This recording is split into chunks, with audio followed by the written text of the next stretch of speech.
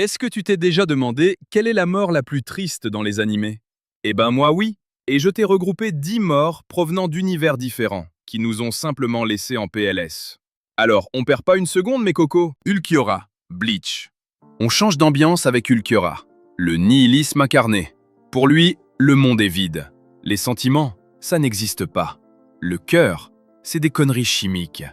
Il regarde les humains comme des insectes inintéressants. Tout son combat contre Ichigo, c'est un clash de philosophie.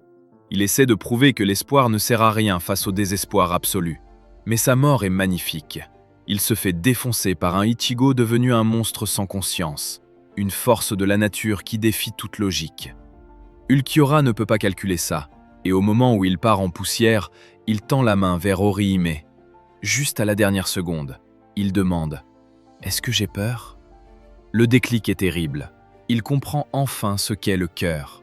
C'est pas un organe, c'est ce qui se passe entre deux personnes. Il a passé sa vie à rejeter les émotions pour se protéger, et il est mort au moment précis où il commençait à devenir humain. Ne faites pas les insensibles, les gars. La vraie force, c'est d'accepter de ressentir des trucs. Envy, Full Metal Alchemist. Dans FMA, c'est l'homonculus de la jalousie. Le mec est une ordure finie. Il sème la guerre, il manipule, il bute des pères de famille en rigolant. Il passe son temps à nous cracher dessus, nous les humains inférieurs. Il incarne ce qu'il ne pourra jamais être. Mais quand tu grattes le vernis, c'est quoi Envy? C'est un complexe d'infériorité sur pattes. Sa mort, c'est la révélation de cette hypocrisie. Il crève de jalousie envers nous. Pas parce qu'on est fort, mais parce qu'on s'aime. Parce qu'on a des potes, des familles, des liens. Quand Roy Mustang le carbonise et qu'il finit par se suicider en arrachant sa pierre, il est minuscule. C'est une larve, littéralement. Edward, ce gamin, le regarde et comprend tout. En fait, t'es jaloux de nous. La leçon, elle est brutale. La jalousie, ça te bouffe de l'intérieur. Si tu passes ta vie à haïr les autres, c'est souvent parce que tu te détestes toi-même.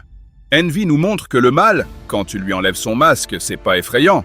C'est juste pathétique. C'est petit. Cell, Dragon Ball. Lui, c'est l'ego trip ultime. Le mec a été conçu pour être parfait. Son but, juste flex. Il veut montrer au monde qu'il est intouchable. Il organise un tournoi juste pour humilier la Terre entière. Mais son arrogance, c'est sa tombe. Face à Gohan, il ne comprend pas. Gohan ne veut pas se battre pour le sport. Il se bat pour sauver les siens. Cell, lui, veut du spectacle. Il pousse le bouchon trop loin, il écrase C16, et là, il réveille la bête.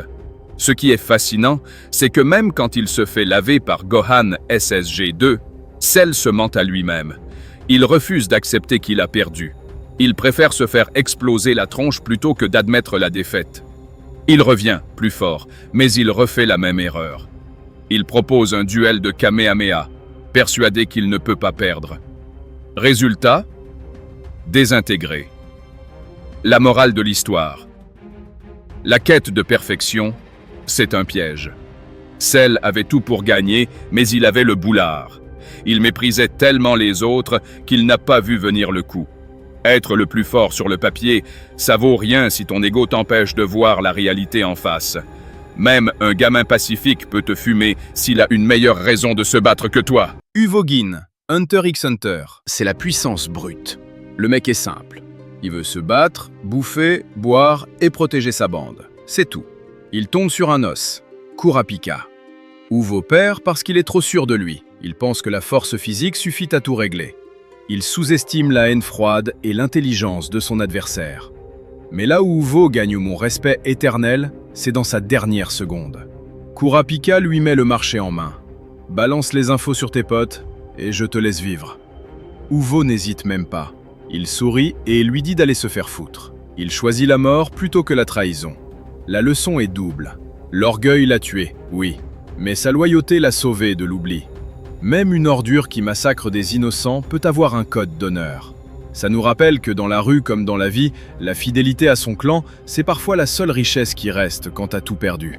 Kira Yoshikage, Jojo. Lui, c'est un cas psychiatrique. Le mec veut juste une vie tranquille. Il veut pas dominer le monde. Il veut juste dormir ses 8 heures par nuit et boire son lait chaud, tout en découpant des mains de femmes. Il veut le beurre et l'argent du beurre. Être un monstre dans l'ombre et un citoyen modèle le jour. Il refuse d'assumer sa nature. Il fuit en permanence. Sa mort est le comble de l'ironie. Lui qui déteste attirer l'attention. Il se retrouve encerclé par tout le casting, en plein jour, au milieu de la ville. Et comment il meurt? Pas par un super pouvoir mystique. Non, écrasé par une ambulance qui reculait. Comme une merde. Devant tout le monde. Son âme finit emportée par des mains fantômes, sans repos. Ce qu'il faut retenir, tu ne peux pas vivre une vie normale si tu fais des choix monstrueux. À force de te cacher et de mentir sur qui tu es, le destin finit par te rattraper et t'exposer à la lumière. Kira voulait être invisible. Il est mort en spectacle. Chais. L, Death Note. Ouais, je classe L ici. Parce que pour Light, c'est l'antagoniste. L, c'est le cerveau ultime. La logique pure. La justice froide. Il sait que Light est Kira. Il en est sûr à 99%. Mais il veut gagner dans les règles. Il veut la preuve irréfutable. Son erreur, c'est d'avoir cru qu'il jouait une partie d'échecs, alors que Light jouait au poker avec des cartes magiques. Light a manipulé Rem, une déesse de la mort, en jouant sur ses sentiments pour Misa. Elle n'avait aucune chance contre ça. Elle est morte parce qu'il a sous-estimé l'irrationnel, l'amour, le sacrifice. La morale? L'intelligence ne suffit pas toujours. Tu peux avoir raison sur toute la ligne et perdre quand même si l'autre en face est prêt à tricher et à manipuler les émotions. La justice, si elle reste trop froide et déconnectée de l'humain, elle finit par se faire avoir. Zabuza, Naruto. Là, on touche la corde sensible. Zabuza, le premier vrai méchant de Naruto. Le démon du brouillard. Il nous joue la comédie du mercenaire sans cœur. Haku, c'est juste mon arme. Je m'en fous s'il crève. Et là, Naruto, avec ses mots de gamin, il brise tout. Il lui fait réaliser l'évidence. Zabuza aimait Haku comme un fils. Quand le masque tombe, Zabuza pleure. C'est l'une des scènes les plus fortes, tout animé confondu. Il ne se bat plus pour l'argent, il se bat pour venger son ami. Il fonce dans le tas avec un kunai dans la bouche, les bras en miettes. Il meurt à côté de Haku, sous la neige, en demandant juste une chose. « J'aimerais aller là où tu vas. » C'est une leçon de rédemption. On peut passer sa vie à jouer les durs, à se fermer. Mais ignorer ses sentiments, ça ne détruit personne d'autre que soi-même. N'attendez pas qu'il soit trop tard pour dire aux gens qu'ils comptent pour vous. Le regret, ça pèse plus lourd qu'une épée géante. Akaza, Demon Slayer. Et on continue avec une masterclass d'écriture. Akaza. On pensait tous que c'était juste une brute obsédée par la bagarre. Deviens un démon, Kyojuro! Mais derrière les tatouages, il y avait Akuji. Un gamin pauvre qui a tout perdu. Son père, son maître et sa fiancée Koyuki. Il est devenu fort pour les protéger, et il n'a pas pu. Sa transformation en démon, c'était une fuite. Il a oublié ses souvenirs pour ne plus souffrir. Il tapait sur tout ce qui bouge pour combler le vide. Contre Tanjiro, sa mémoire revient. Il réalise qu'il est devenu le genre de monstre qu'il détestait. Il a sali son art martial. Alors il fait le choix ultime. Il arrête de se régénérer. Il attaque son propre corps. Il se suicide pour expier ses fautes et rejoindre enfin sa fiancée. C'est magnifique. La vraie victoire d'Akaza, c'était pas de tuer un pilier. C'était d'accepter sa faiblesse, d'accepter sa peine et de redevenir humain dans ses derniers instants. Parfois, la plus grande force, c'est de savoir lâcher prise. Johann Liber, Monster. Là, on entre dans la psychologie sombre avec Johann. Johann, c'est le vide. Il n'a pas de désir, pas de colère. Il veut juste prouver que l'humain ne vaut rien, que tout le monde est égal face à la mort. Il veut être le dernier homme debout à la fin du monde. Il teste les gens, il les pousse au suicide, au meurtre. Mais il se casse les dents sur Tenma. Tenma, le médecin qui lui a sauvé la vie une fois, et qui va le sauver encore une fois à la fin. Johann voulait que Tenma le tue pour prouver que même un homme bon peut devenir un assassin. Tenma refuse, il choisit la vie. La fin? Johann disparaît de son lit d'hôpital. On ne sait pas s'il est mort, s'il est parti. Le lit est vide. Le message est puissant. Le mal naît souvent du fait de ne pas avoir été aimé, de ne pas avoir eu de nom. Mais la réponse au nihilisme, c'est pas la violence. C'est l'obstination de Tenma à sauver des vies, peu importe qui est le patient. C'est la seule lumière dans les ténèbres.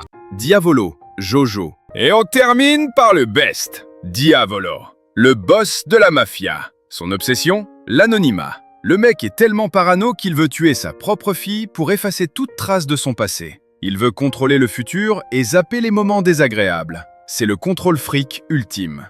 Mais face à Giorno et au Gold Experience Requiem, il prend le retour de karma le plus violent de l'histoire des animes. Il ne meurt pas, il meurt en boucle. Il se fait poignarder, il se réveille. Il se fait écraser, il se réveille. À l'infini. Lui qui voulait effacer le temps, il est coincé dedans pour l'éternité. La leçon, tu ne peux pas fuir ton passé indéfiniment. Tu ne peux pas tricher avec la réalité. À vouloir tout contrôler, Diavolo a perdu le contrôle de sa propre mort. C'est un rappel brutal. Assumez vos actes, sinon la vie, ou un stand surpuissant, se chargera de vous le faire payer X 1000.